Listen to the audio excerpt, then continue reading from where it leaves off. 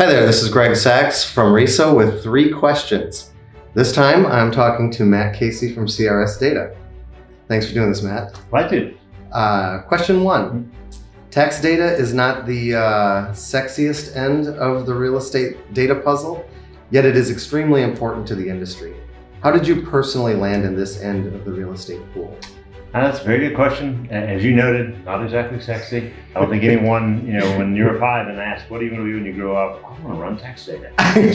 Not the response you normally get. So my background is in geography. To tell you a quick side story, when I was a freshman in college back in the Stone Ages, before cell phones, and you would have to go to the one phone or the dorm hall to call your parents, I was very excited. I had decided on the major, and it was geography. I called my dad, who, side note, is a chemical engineer, and said, "Hey, I'm excited to tell you I picked a major." He said, "Well, what is it?" And I said, "Geography." His immediate response was, "Well, good, you'll know more about geography than the other waivers." and I remind him occasionally, like, "Hey, I actually turned it into something." There you go. A real job. So anyway, roundabout answer, but from geography to geographic information systems. Went to GIS type work for a while, and then ended up working for CRS, of which the backbone of our system is tax data, our property records. So yeah, that's where we are. That's awesome. It's funny whenever we talk about potential new entries and new competition. I always say the reality of what we do is the number one limiter to competition. Yeah. It's just painful. That's excellent. And I love the geography angle because I was almost a geography minor. Okay. And have worked with maps a lot in my career. So that's cool. I mean, I think we might have mentioned that once in a work group meeting. We're going to talk about work group meetings in question 3. Okay. Question 2. Are there any common frustrations that you can share about tax data? And do you have suggestions for new solutions to those problems? Sure. Definitely the first.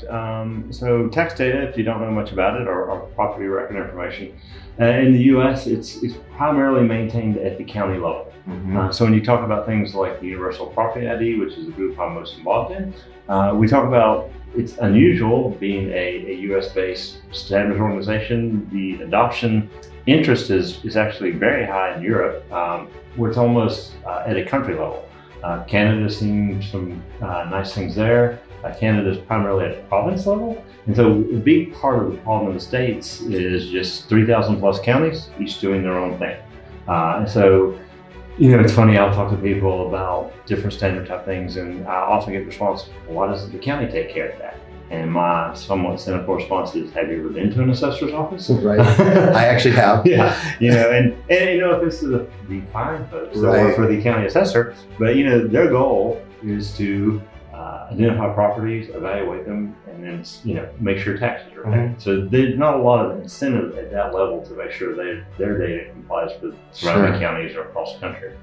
But as far as common frustration, I'd really put it sort of 2 categories: an internal and external. So internally, we have people that's all they do all day, every day is acquire data. And I'm glad they do. That I would struggle in that job. And so they're calling assessors, they're managing people's key data at the sales level. And just, it is a constant battle to present what we do to the county, help them understand how we use information, that we're not a threat to them, that it's part of a public service, et cetera. So that's, just a lot of challenges there on the data collection side. Sure. And then, from the external, in terms of the customers we service, I'll be honest, I don't feel like we, or really anybody in our space, has done the best job in terms of explaining just those operational realities. That's that fine balance. You don't want to beat your customers over the head with how complicated it is, but on the other hand, you want them to appreciate the work that is done or what is required. Because we'll often say, well, don't you just get a data feed from each county? Actually, no, it doesn't work that way. I think it's just a simple commodity that they can just turn the faucet on. And exactly. Yeah. And it's way more complicated than that. Right. Okay, that's great. All right, you mentioned something that leads into my 3rd and final question. You are the vice chair of the Universal Property Identifier, or UPI work group. How can the UPI help your business and other businesses in the real estate industry? Sure. Well, in our business, our number one goal in the MLS space is to provide quality, timely information to our customers. And our customers are probably multiple listing services.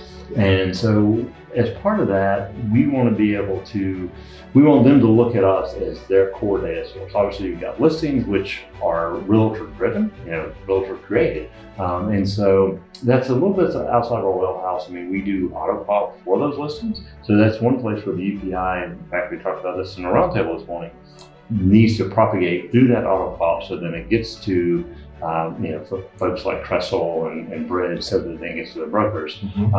So I feel like that's one way we can help, but help with what would be the question. And so the UPI, is first and foremost, it's very good to help with deduplication. You get a lot of markets where you've got, we were talking about Jacksonville, Florida, where there are 4 MLSs that are all very close. And there was an individual there representing a broker who said he would guarantee that most of his listings are in there 4 times because they're putting each 4. So to me, that's a use case I think most MLSs and brokers can easily understand. Sure. Also, I think of it, as going back to the CRS perspective for a moment, is if we're trying to provide that core data, we also want to be the conduit through which other data sets can be brought in.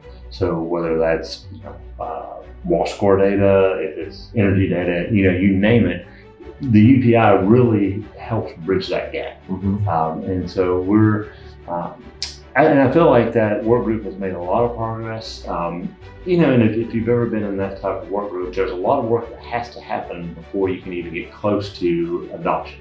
And I feel like we're at the point now, we're almost there in terms of, we've got a lot of interest in terms of adoption. But from the outside looking in, it's still like, we haven't done anything. We haven't seen that adoption. So if you're interested in UPI and you feel like you haven't seen anything yet, that's going to change quite quickly. I'm optimistic. I think we're going to see some adoption fairly soon. That's great.